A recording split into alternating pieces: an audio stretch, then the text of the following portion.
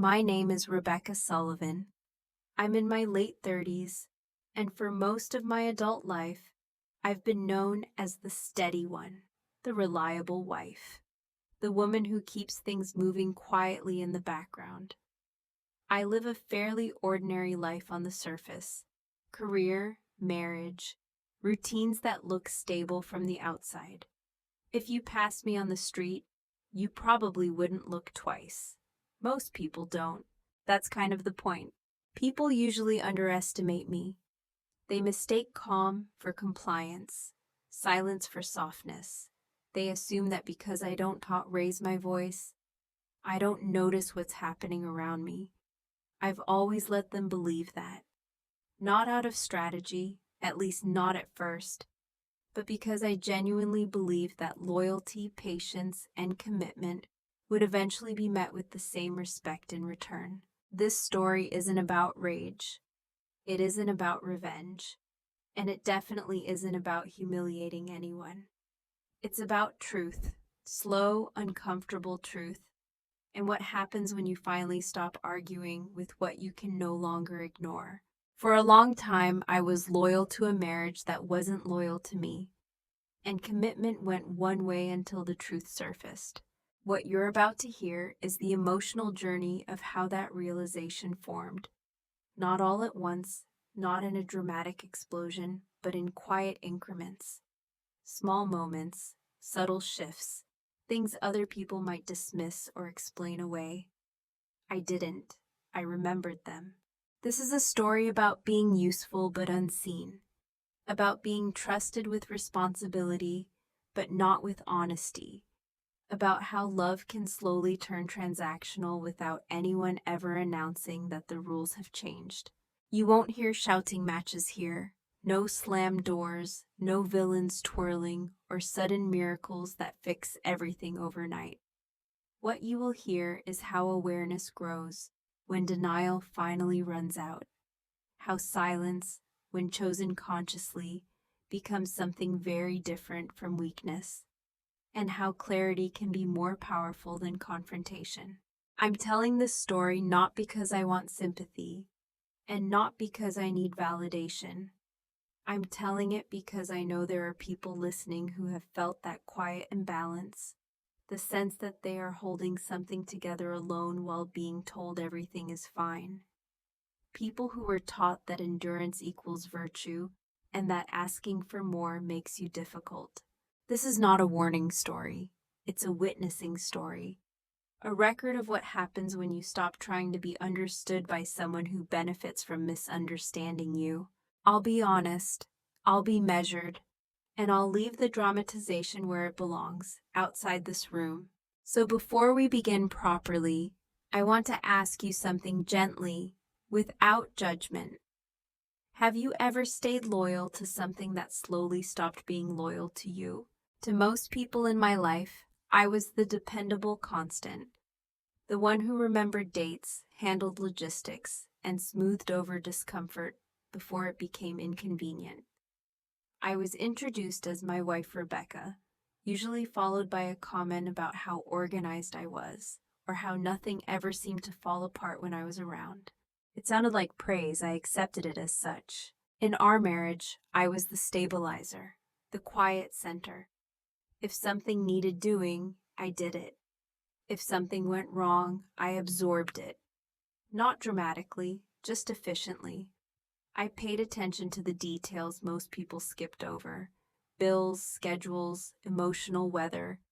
I noticed moods before they were announced. I learned when to speak and when silence kept the peace. Over time, that silence became expected. I don't think anyone consciously decided I should be invisible. It happened the way dust settles, slowly, without ceremony. I became the person whose agreement was assumed, the one whose discomfort could be postponed. If I didn't immediately react, it meant I was fine. If I didn't complain, it meant I didn't mind. I was low maintenance. That label followed me everywhere. At dinners with friends, conversations flowed around me. I listened more than I spoke. When I did speak, it was usually to clarify something, add context, or make sure everyone else felt included. People appreciated that. They didn't necessarily notice me. At home, my husband trusted me completely, with responsibility, with follow-through, with carrying the invisible weight of our shared life. He trusted that I would handle things. What he didn't do, what I didn't fully understand at the time, was extend that same trust to honesty. I told myself that this was maturity, that not everything needed to be discussed, that partnership wasn't about constant emotional check-ins, but about reliability. I believed that being steady made me valuable. I believed that love showed up in consistency, not in words. So when decisions were made without me, I reframed them. When plans shifted, and I found out last, I told myself it wasn't intentional. When my needs were acknowledged vaguely and never addressed, I explained it away as timing. I wasn't sad, not exactly, I was functional. There's a particular loneliness that comes with being seen as capable. People assume you don't need support because you don't ask for it. And after a while, you stop asking. Not because you don't have needs, but because you learn they disrupt the role you've been assigned. I didn't see myself as a victim. I still don't. I was complicit in my own quiet erasure because it felt easier than risking conflict, easier than being labeled difficult, easier than questioning the structure I'd helped build. To them, I was the background stability. To myself, I was the one holding the map. And maps aren't admired, they're used. What no one seemed to realize, what I didn't articulate even internally yet, was that I was watching everything. Patterns, inconsistencies, small shifts in language, energy that didn't match the explanations. I didn't react to these things. I stored them. Not out of suspicion, out of instinct. Because when you are underestimated long enough, you learn the value of observation. You learn that being overlooked gives you access. You hear things people don't guard. You notice what changes when they think nothing has. At that stage, I still believed loyalty was enough. If I remained consistent, everything else would stabilize around it.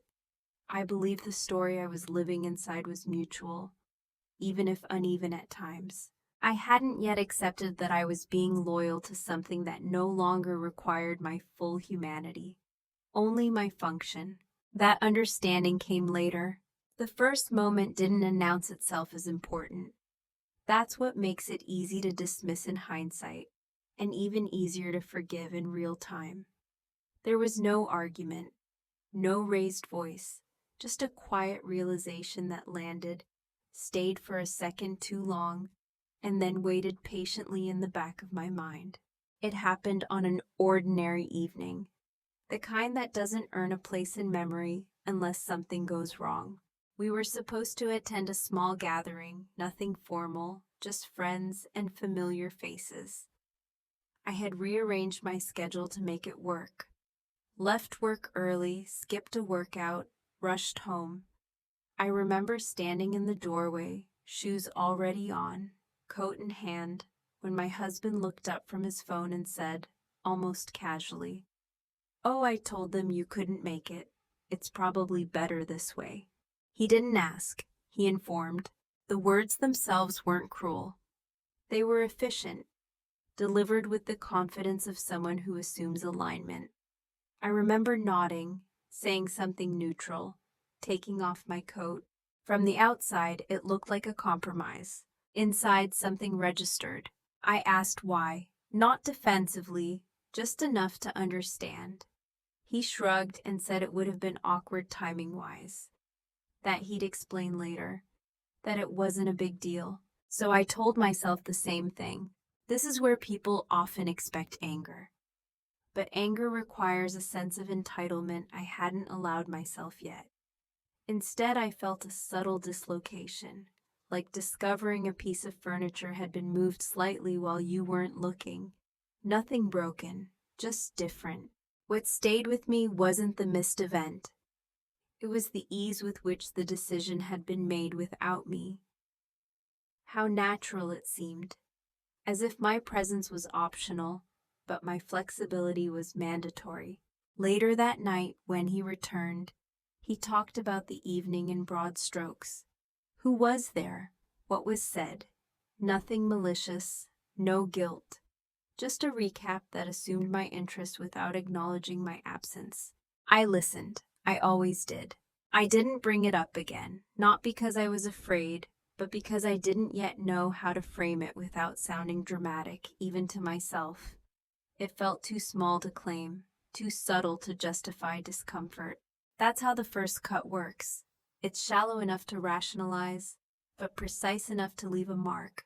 In the days that followed, I replayed it quietly, not obsessively, just enough to notice the pattern beneath it. The assumption, the unilateral choice, the absence of repair. No apology came, not even a casual one, and I realized something important then. He didn't think anything had gone wrong. That was the moment I understood the gap. Not in affection, but in awareness. I started noticing other small things after that. How were plans involving me discussed last? How my preferences were treated as flexible suggestions, while others' boundaries were considered fixed. How my emotional availability was constant but rarely reciprocated. Still, I stayed quiet, not out of fear, out of habit. I told myself this was what a long-term partnership looked like. That equality didn't mean symmetry, that someone had to be the adaptable one, and I was good at adapting. But a part of me, calm, observant, unpanicked, had started taking notes. I didn't confront him. I didn't change my behavior outwardly. I simply adjusted my internal posture. I began to listen more carefully, not just to words, but to what they revealed when left unexamined. That first small cut didn't hurt much, but it changed how I felt my own edges. It showed me where I ended and where decisions were being made as if I didn't quite begin. Everyone else ignored it, I didn't. And once you notice something like that, you don't unnotice it. You just wait to see whether it was an exception or an introduction. After the first small cut, nothing dramatically changed. That's the part people misunderstand when they look back from the outside. There was no immediate fallout, no escalation that forced a reckoning. Life continued, smoothly even. And because it did, I learned to treat that moment as an anomaly, something that didn't require correction. That's how normalization begins. The next instances were minor enough to ignore on their own. A comment framed as humor that landed just off center. A decision already finalized by the time I was informed. Plans that shifted without consultation, followed by explanations that arrived too late to matter. Each time I adjusted, I told myself I was being mature, that not every friction point deserved attention, that harmony mattered more than precision. I believed that pointing out every small imbalance would make me petty, or worse, difficult.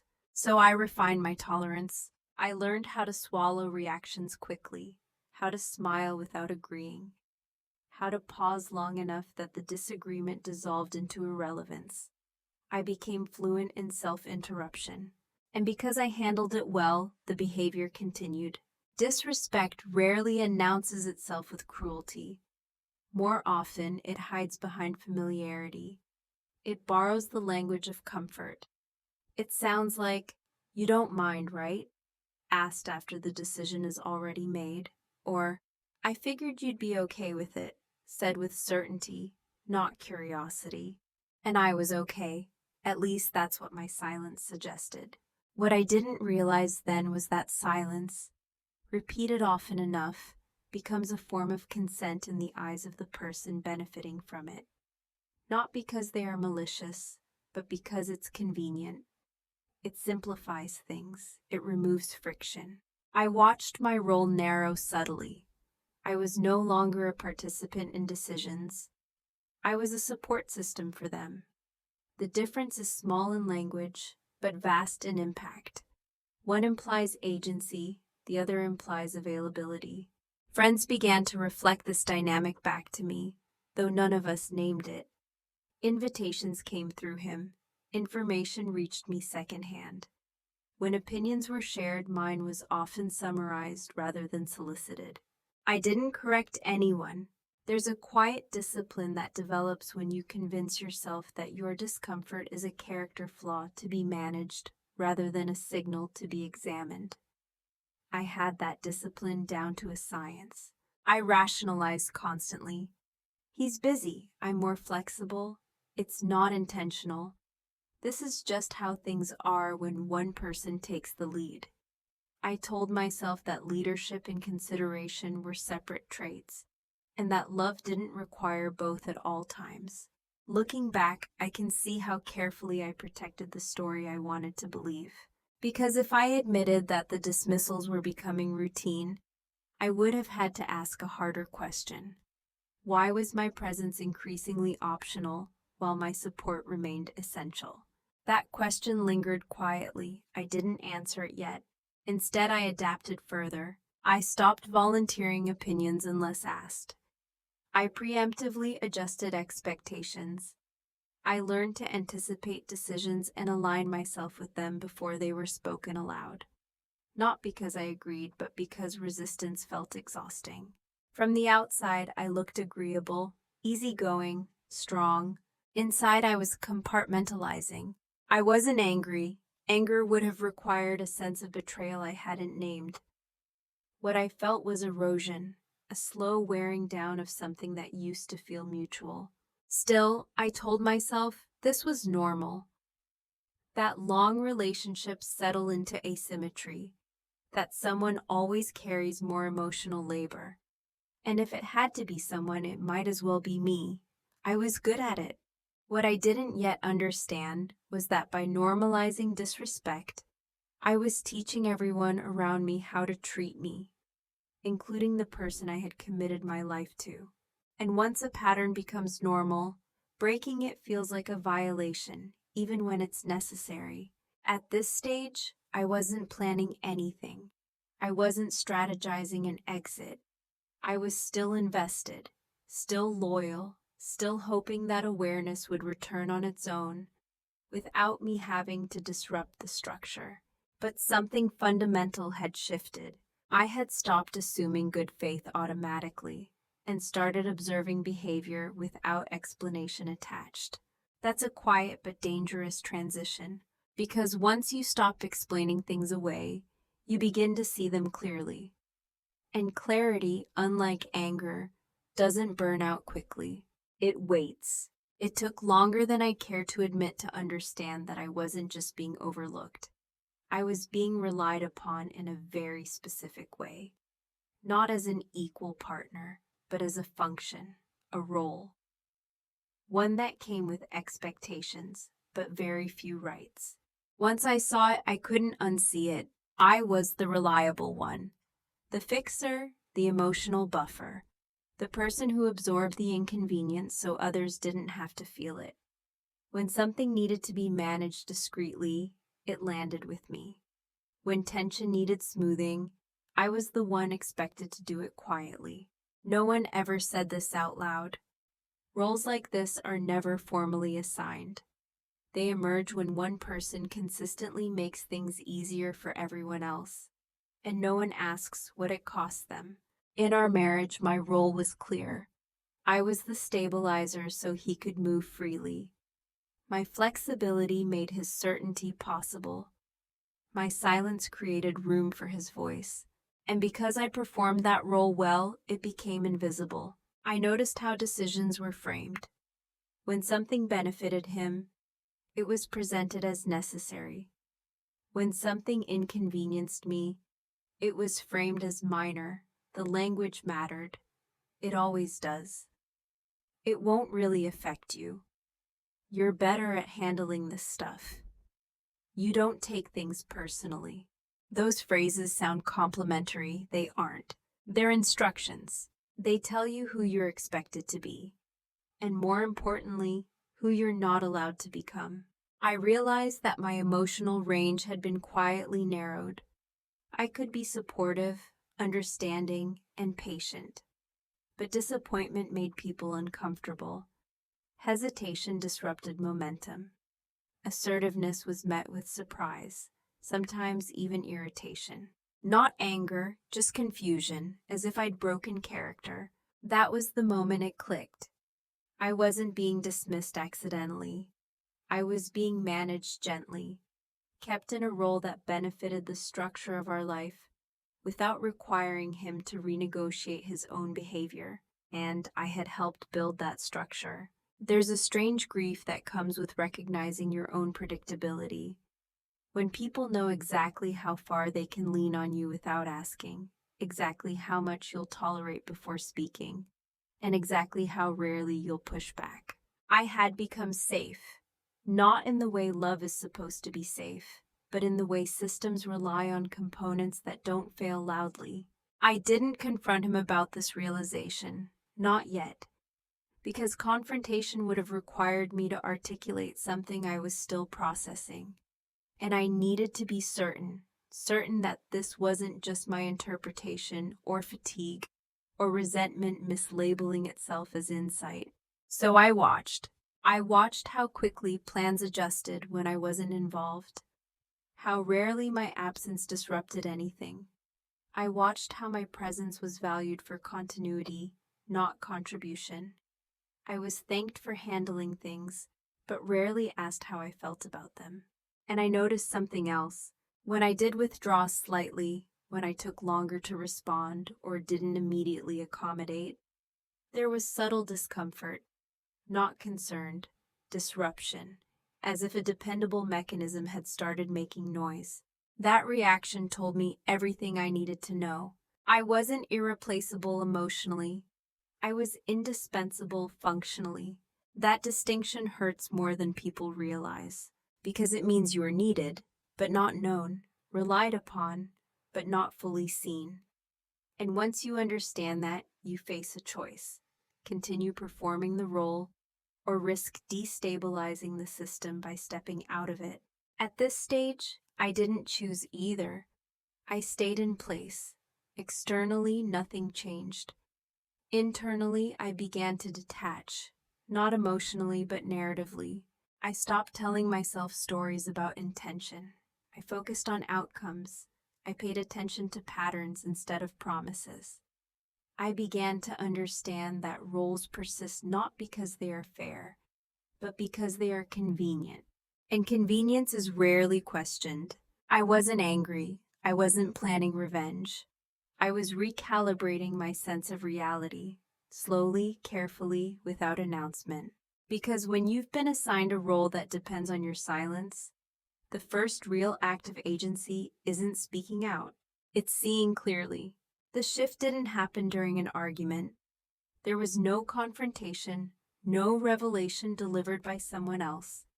It happened on a morning so quiet it almost escaped notice. I was alone in the kitchen early. The house was still. That soft hour before the day asserts itself, when light enters gently, and nothing is asking anything of you yet. I had my coffee in both hands, standing by the window, not thinking about anything in particular. And then a thought arrived fully formed, without emotion attached.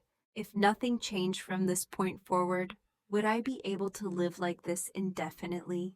The question wasn't dramatic. It wasn't accusatory. It didn't come with panic or sadness. It felt logistical, almost neutral, and that's what made it unsettling.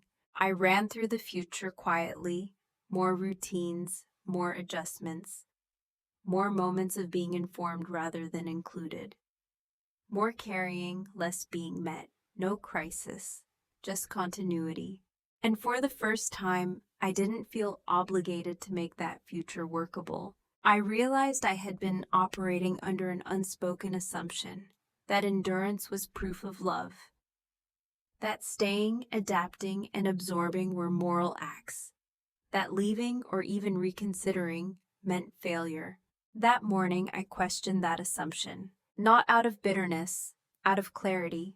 I noticed how calm I felt when I imagined not fixing things, not explaining, not smoothing edges. The relief was subtle but unmistakable. It didn't feel like escape. It felt like alignment. Something inside me settled. From that day forward, I stopped waiting for the relationship to return to something it had been. I accepted it for what it was, not broken, just defined, and not in a way that included my full participation. That acceptance changed how I moved through the world. I didn't withdraw emotionally. I didn't become cold or distant, but I stopped overfunctioning. I stopped anticipating needs that weren't communicated. I allowed small gaps to exist without filling them immediately. And I watched what happened. The gaps remained. No one rushed to close them. No one noticed they were there. That confirmed what I had begun to suspect. My constant presence had been masking the imbalance. Without it, the structure didn't collapse, but it also didn't self-correct. That was the moment I understood something fundamental. I wasn't essential to the relationship's emotional health. I was essential to its convenience. That realization didn't hurt the way you might expect. It clarified. It stripped away the last layer of obligation I had been carrying silently. From then on, my silence became intentional, not passive, chosen. I began to observe my own reactions with curiosity instead of judgment.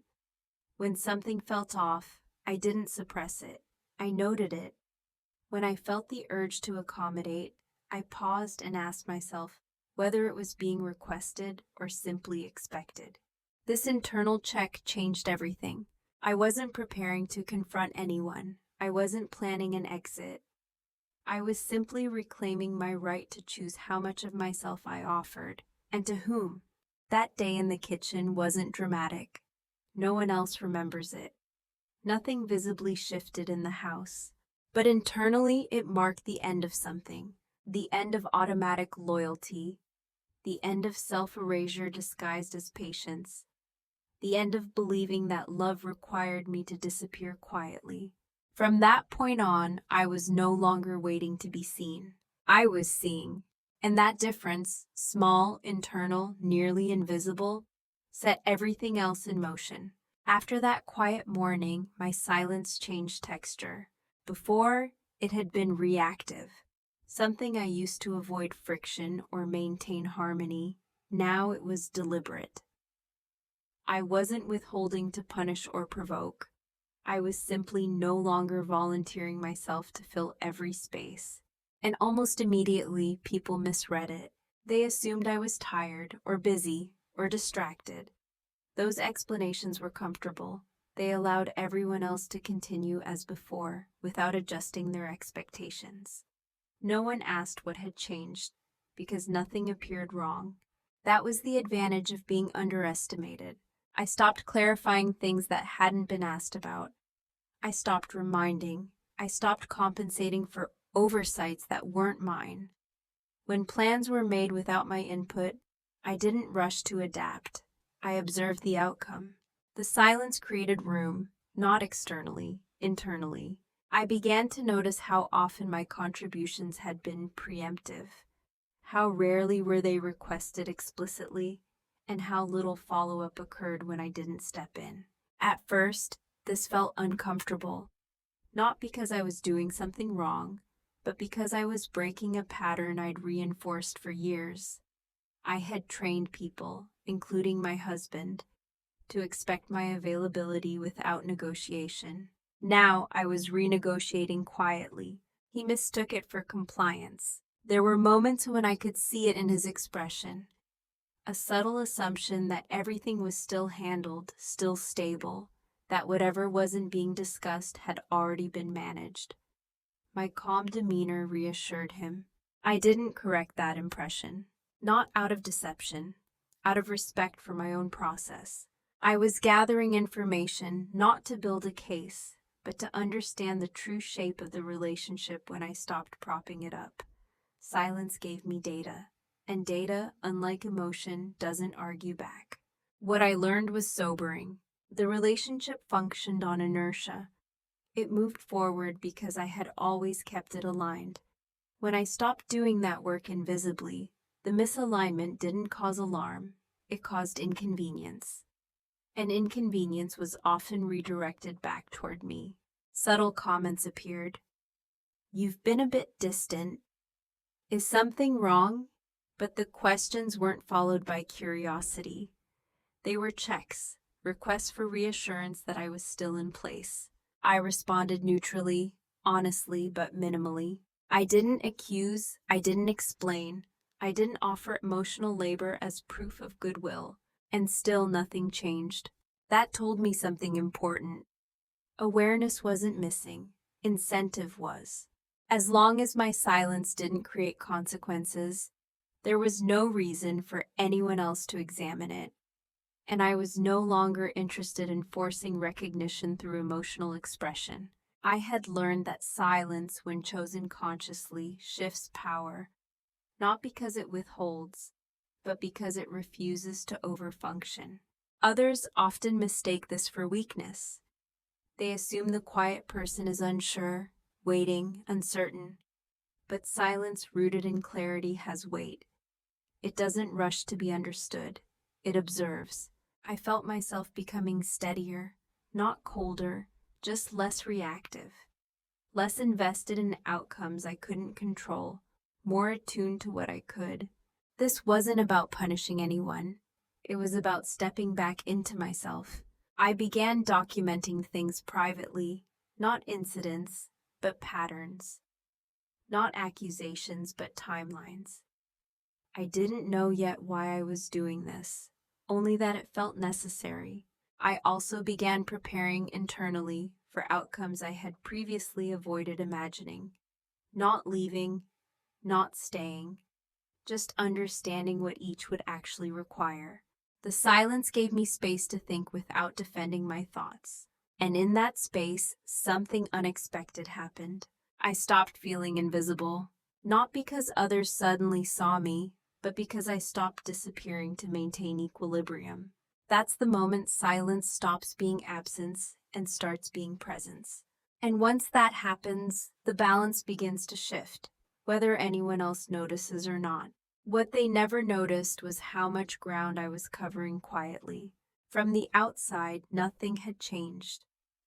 I still showed up, still handled what was explicitly mine, still spoke calmly, listened attentively, moved through days without visible disruption. If anything, I seemed easier, less reactive, less demanding. That's what made it possible. People assume preparation looks like urgency, like secrecy, like sudden competence appearing out of nowhere. But real preparation, effective preparation, often looks like calm continuity. It blends into routine. It hides behind consistency. I didn't announce anything because there was nothing to announce yet. I started by paying closer attention to the practical details of our shared life. Not out of suspicion, but out of responsibility to myself. I reviewed finances more carefully. I traced patterns of spending and saving. I noted where my name appeared and where it didn't. What surprised me wasn't what I found, but how little I had previously questioned it. I had trusted systems without fully understanding them because trust had always been framed as virtue. Now I treated understanding as a form of respect for myself. I updated my knowledge quietly. Laws, options, timelines. Not because I planned to act immediately, but because I refused to be uninformed any longer. Information has a way of dissolving fear when it's gathered patiently. I also started documenting interactions. Not emotionally, but factually. Dates, decisions, shifts. Not to build an argument, but to see the shape of reality without the fog of interpretation. When you remove narrative, patterns become obvious. I noticed how often commitments were implied but not stated, how frequently responsibility flowed in one direction, how rarely repair followed moments of dismissal. These weren't dramatic revelations, they were confirmations. At the same time, I began reclaiming parts of myself I had set aside. Not in rebellion, quietly. I revisited professional goals I'd paused, reconnected with skills I hadn't used recently. I strengthened areas of my life that didn't depend on anyone else's approval or participation. This wasn't an escape plan, it was grounding. What they never noticed was how my confidence was returning. Not outwardly, but internally. I wasn't seeking reassurance. I wasn't scanning for validation. I was building stability that didn't rely on being needed. And because I wasn't asking for anything, no one thought to ask what I was doing. There's a strange invisibility that comes with competence when it's not performative. When you don't announce your growth, people assume you're static. They think you're exactly where they left you. I let them believe that. I also noticed how often I had been managing other people's comfort at the expense of my own clarity. I stopped doing that, not abruptly, gradually. I allowed pauses in conversation. I let discomfort linger without resolving it. I stopped translating my thoughts into palatable versions. No one objected. They simply adjusted around me. That adjustment told me everything. If my growth didn't disrupt their comfort, it didn't register. And if it didn't register, it didn't require acknowledgment. This period wasn't lonely, but it was solitary. I was no longer sharing my inner world with someone who hadn't earned access to it. I was preserving it. And in that preservation, I felt stronger than I had in years. I didn't feel superior. I felt prepared. Prepared for honesty. Prepared for consequences. Prepared for outcomes I hadn't yet chosen. What they never noticed was that I had stopped needing them to notice. I wasn't building leverage out of spite. I was building it out of self-respect. Because leverage, at its core, isn't about power over someone else. It's about having options. And options change how you stand in a room, even when you say nothing. By the time this phase ended, I knew more than I ever had. Not secrets, truths, about the structure of my life, about the limits of my relationship, about my own capacity to adapt without disappearing. I was no longer reacting. I was positioned. And the most dangerous thing about that kind of positioning is that it looks exactly like stillness until the moment it isn't. The reveal didn't come with shock. There was no moment where I had to sit down or catch my breath. No surge of anger, no rush of triumph. When it finally arrived, it felt almost quiet, like the last piece of a puzzle clicking into place after you've already seen the picture. I was alone when I understood it fully. At my desk, late in the evening, papers spread out neatly. Notes I had taken weeks apart now sat side by side. Not accusations, not suspicions, just facts, aligned. And in that alignment, the truth became undeniable. Commitment in our marriage had become directional, not in intention perhaps, but in outcome. Responsibility, flexibility, emotional labor, and sacrifice moved primarily one way. Autonomy, discretion, and choice moved the other. I wasn't discovering infidelity in the dramatic sense people expect. This wasn't about a single betrayal that could be confronted and either forgiven or condemned. It was something quieter, and in many ways, more final. I was discovering that loyalty had been redefined without my consent. The marriage wasn't disloyal because of one act. It was disloyal because of a pattern where my presence was assumed, my consent implied, and my needs indefinitely deferred, where my loyalty was treated as infrastructure, stable, invisible, unquestioned. And the truth was this: he wasn't hiding it particularly well. He didn't need to. The system worked. I had made sure of that. Seeing it clearly didn't make me feel foolish. It made me feel sober. There's a difference. Foolishness implies error. Sobriety implies awakening. I understood then that I wasn't dealing with a misunderstanding that could be clarified through conversation. This wasn't about finding the right words. The structure itself was misaligned. No amount of explaining would change that, because it wasn't built on ignorance. It was built on comfort.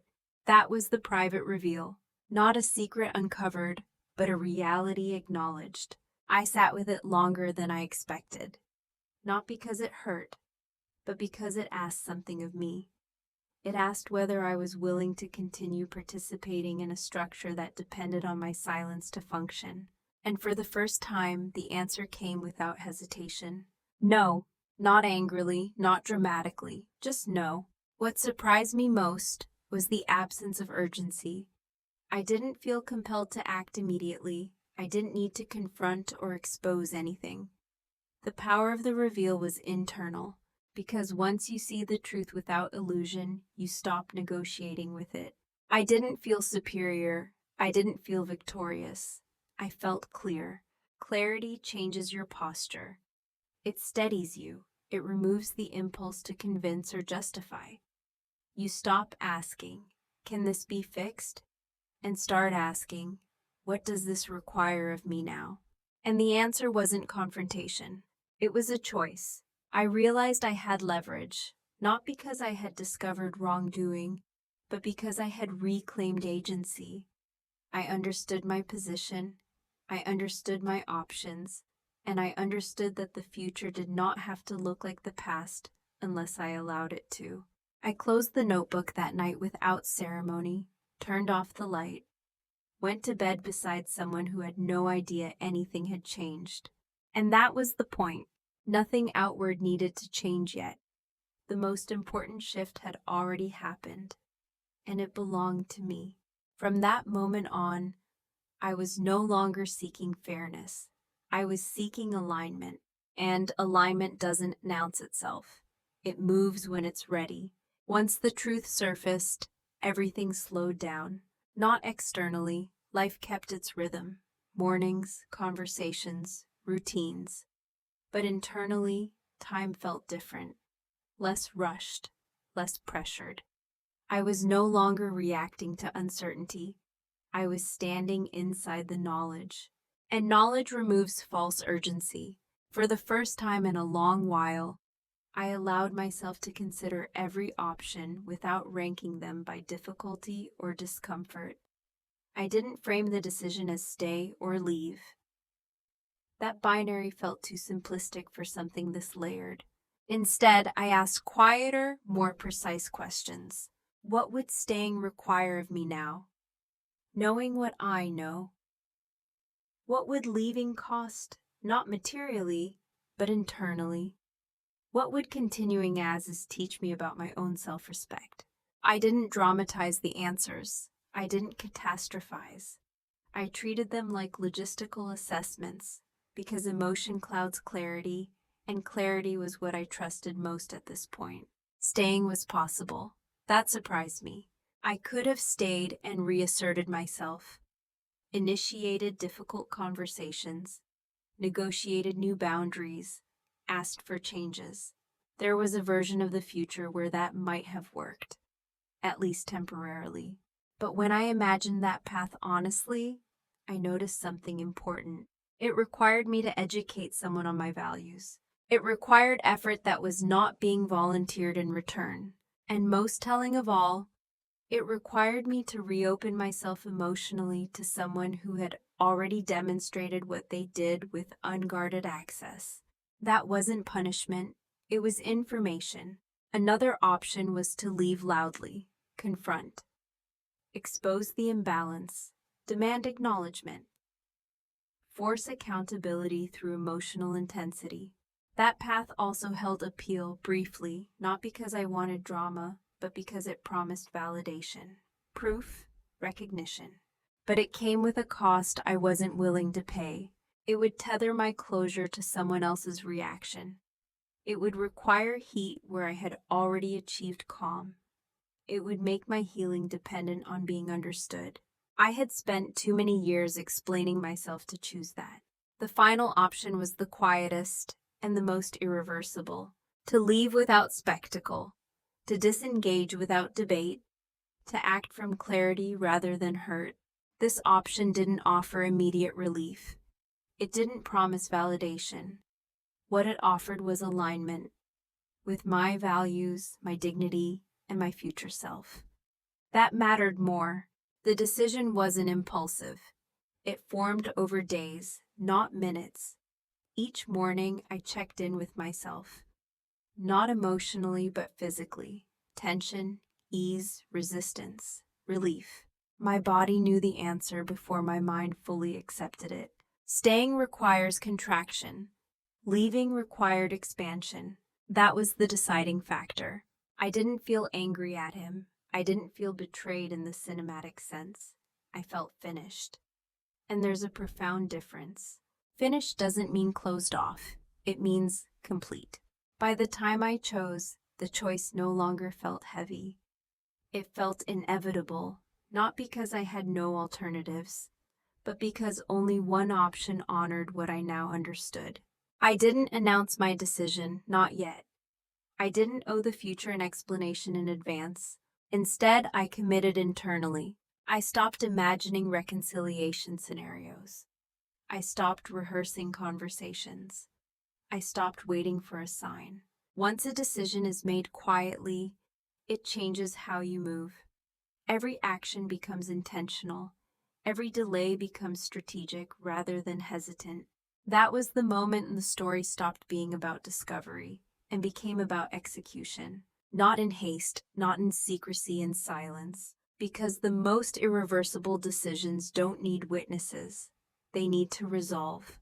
And mine was steady. Once the decision was made, I didn't feel urgency. That surprises people when they hear this part. They expect momentum, bags packed, confrontations rehearsed, tension thick in the air. But urgency is what you feel when you're unsure. I wasn't. What followed was deliberate, quiet movement.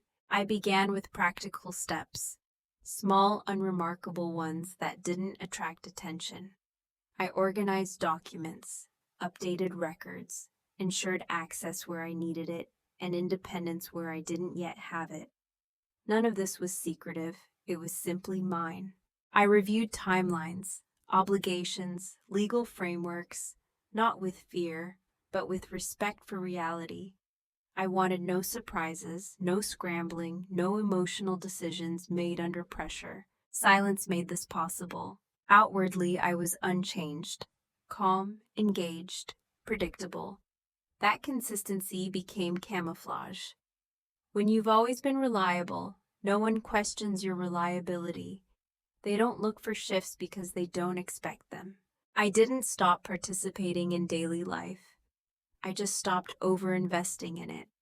I conserved energy. I redirected focus inward where it belonged.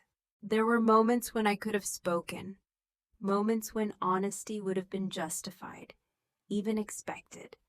I chose not to, not because I was afraid, but because speaking prematurely would have forced a reaction before the structure was ready to hold it.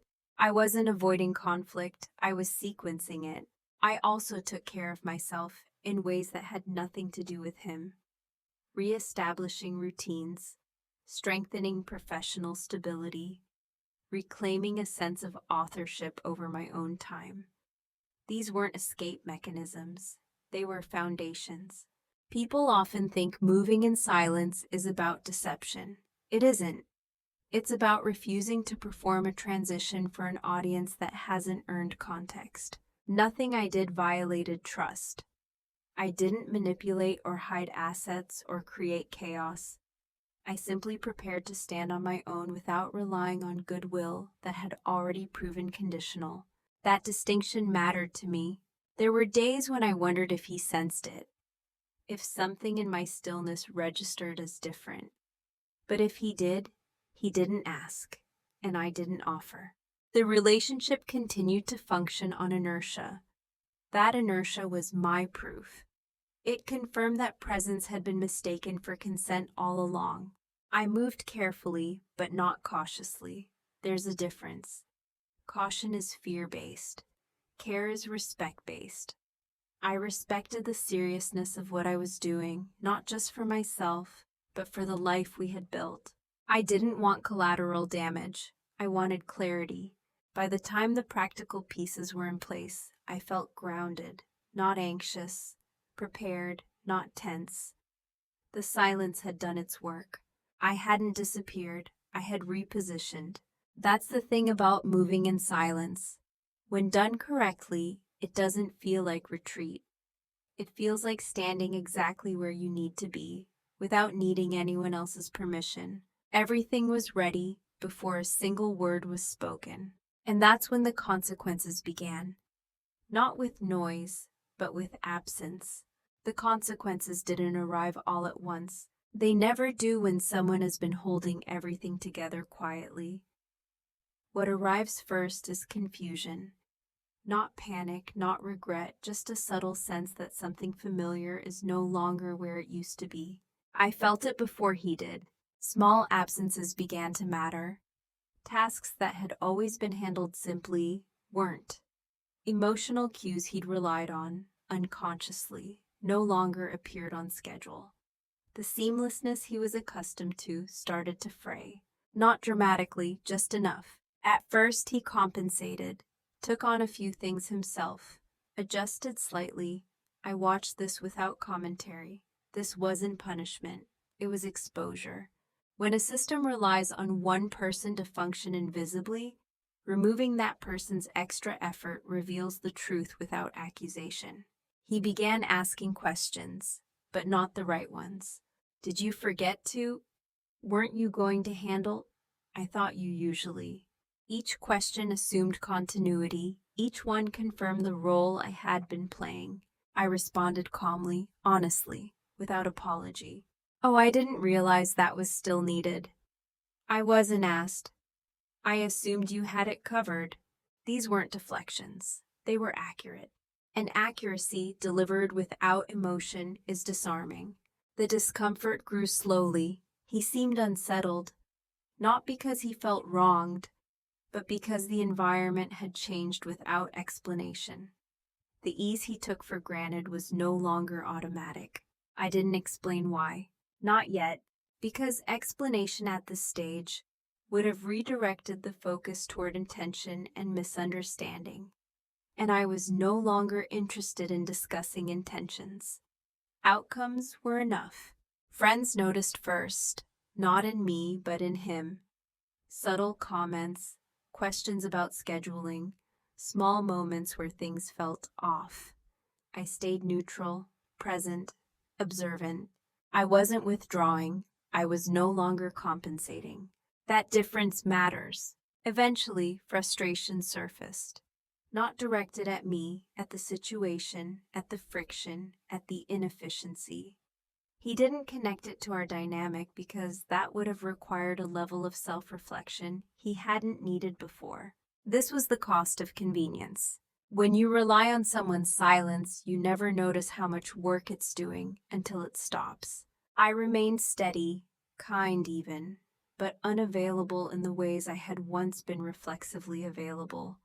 I didn't rush to soothe confusion that wasn't mine to manage. That's when the tone shifted. He began trying to re-engage, not emotionally but functionally, checking in more, offering vague reassurances, suggesting we talk soon, not because he understood, but because the system was destabilizing. I acknowledged those gestures without leaning into them. I didn't resist. I didn't pursue. I waited, because once consequences begin, they need space to unfold. Intervening too early only restores the imbalance. What he was experiencing wasn't loss, not yet. It was an inconvenience. An inconvenience is often the first sensation people mistake for conflict. But conflict requires two participants. I wasn't participating. I was watching the natural result of years of asymmetry assert itself, quietly, predictably, without drama. By the time he realized something was actually wrong, the foundation had already shifted. And there was no way to move it back without addressing what had caused the shift in the first place. That realization, when it came, would be too late. But we weren't there yet. The moment panic appeared, it was almost imperceptible. It showed up not as urgency, but as repetition. The same questions were asked in slightly different ways. The same offers are made without follow-through. A growing restlessness in the space between us. By then, the consequences had moved beyond inconvenience. He could feel something slipping, but he didn't yet understand what it was, or why. The certainty he'd always carried about the permanence of our arrangement was beginning to erode. And uncertainty, when unfamiliar, is deeply unsettling. He started paying attention, not to me, but to the effects of my absence in places I had once filled automatically. Things fell through, miscommunications multiplied. Emotional cues were missed. He responded by trying to restore the surface. "Are we okay? You've seemed different lately. We should really sit down and talk." The language had changed, but the structure hadn't. These weren't invitations to understand me. They were attempts to return to equilibrium without examining what had made it unstable. Repair without recognition. I didn't refuse the conversations. I simply didn't rush to have them, because timing matters. When someone only notices the imbalance after they lose the benefit of it, any attempt to fix things risks being transactional, and I needed to know whether he was capable of seeing beyond the inconvenience to the truth underneath it. As pressure built, so did confusion. He tried kindness, then logic, then mild frustration. Each approach assumed the problem was temporary, that whatever had shifted could be corrected with the right tone. But this wasn't a mood, it was a conclusion. There was a moment, I remember it clearly, when he said, "I don't know what's going on, but it feels like you've already decided something." He meant it as a question. It was a statement. I didn't confirm or deny it. I simply met his gaze and let the silence answer for me, not coldly, calmly. That was when he understood it was serious. Regret followed quickly, not for specific actions, but for outcomes. For taking stability for granted. For assuming availability equaled consent. For believing that silence meant satisfaction.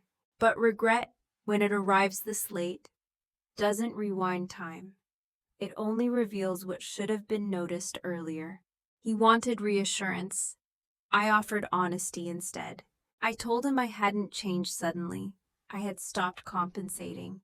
That the distance he felt wasn't new. It had just become visible. That the imbalance he was now struggling with was something I had been living with for years. He listened. For the first time, really listened. And still it wasn't enough. Because understanding something intellectually doesn't undo the structure that allowed it to persist.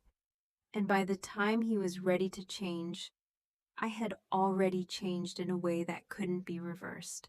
I wasn't angry, I wasn't closed off, I was complete. That's the part people don't expect. They assume the door is always open if apologies are sincere enough. But sincerity doesn't rebuild trust when the foundation was eroded slowly, without repair. I didn't need him to feel guilty, I needed alignment. And alignment can't be rushed once it's been deferred too long. By the time he asked what I wanted, I knew the answer, and so did he. The moment for fixing it had passed. Not because it was impossible, but because it no longer matched who I was. Some endings aren't explosive. They're final because they're quiet. And this one was already over long before either of us said it out loud. When the conversation finally happened, it didn't feel like a confrontation. There was no raised voice, no accusations, no emotional spillover that demanded immediate resolution.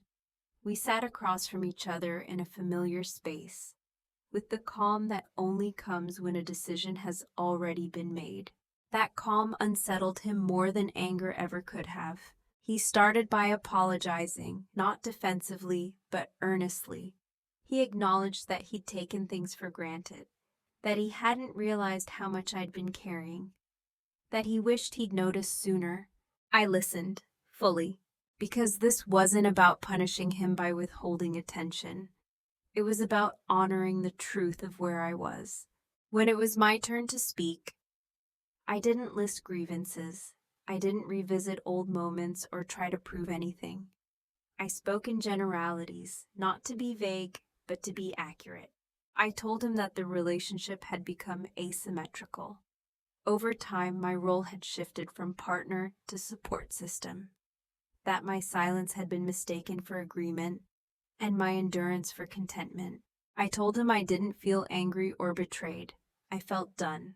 That word landed heavily. Finished. Complete.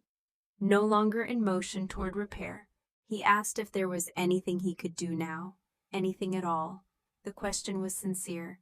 I paused before answering, not for effect, but because the answer mattered. I told him the truth.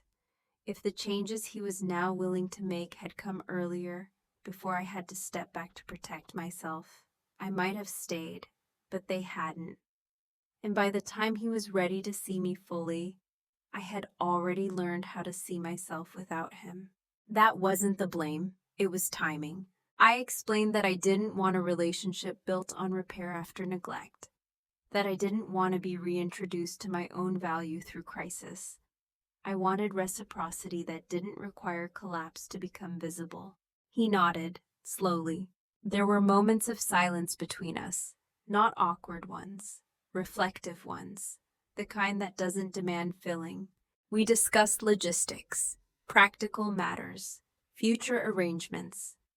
The tone remained steady throughout, respectful, measured. At one point he said, "I never meant to hurt you." I believed him, and still intent didn't change impact. I told him that I didn't think he was a bad person. I thought he had been comfortable in a structure that worked for him, and that comfort had cost me more than he realized. There was no argument against that. The conversation ended without closure in the cinematic sense. No grand statements, no promises, just mutual acknowledgment of reality. As we stood to leave the room, I felt something unexpected. Relief, not because the conversation was over, but because I had finally spoken from a place that didn't need anything in return. I wasn't seeking validation or understanding. I was expressing alignment. And alignment doesn't require agreement. That was the last emotionally significant conversation we had. Everything after that was logistics. And that was enough. Who I am now is not a reaction to what happened. That's important to say first because people often assume growth comes from rupture, that you become something new because you were hurt. But that isn't true for me. What happened didn't create this version of me. It revealed her. I live more quietly now, but with greater presence. My life is smaller in some ways, fewer obligations, fewer compromises. But it feels expansive internally. I no longer orient myself around anticipation. I don't scan rooms for what needs fixing. I don't measure my value by how seamless things feel for everyone else. I take up space without apology, not loudly, not performatively, just honestly. I trust my perceptions now. That's perhaps the biggest change. I no longer argue with myself when something feels off. I don't rationalize patterns that ask me to disappear. I take signals seriously, not as accusations, but as information. This hasn't made me cynical. If anything, it's made me more precise. I'm kinder with clearer boundaries, more open with less tolerance for asymmetry. I don't offer depth where there is no capacity to meet it. And that discernment has brought peace. I still believe in commitment. I still believe in loyalty. But I no longer believe they are virtues in isolation. They must be reciprocal to be ethical. Endurance alone is not love. Silence alone is not strength. I haven't replaced one identity with another. I haven't swung to an extreme. I've returned to balance. I'm no longer interested in being indispensable. I'm interested in being chosen, with awareness, not assumption. And if that choice isn't offered freely, I'm comfortable standing alone. There's no bitterness in this, truly. I don't need to rewrite the past to justify the present. I can hold complexity without needing villains. I understand now that people don't always fail us out of malice. Often they fail us out of unexamined comfort. And while that understanding creates compassion, it doesn't require self-sacrifice. That distinction matters. My life today reflects that clarity. My work is more aligned. My relationships are simpler but more mutual. I speak less, but when I do, I don't dilute myself. I no longer disappear to keep things running.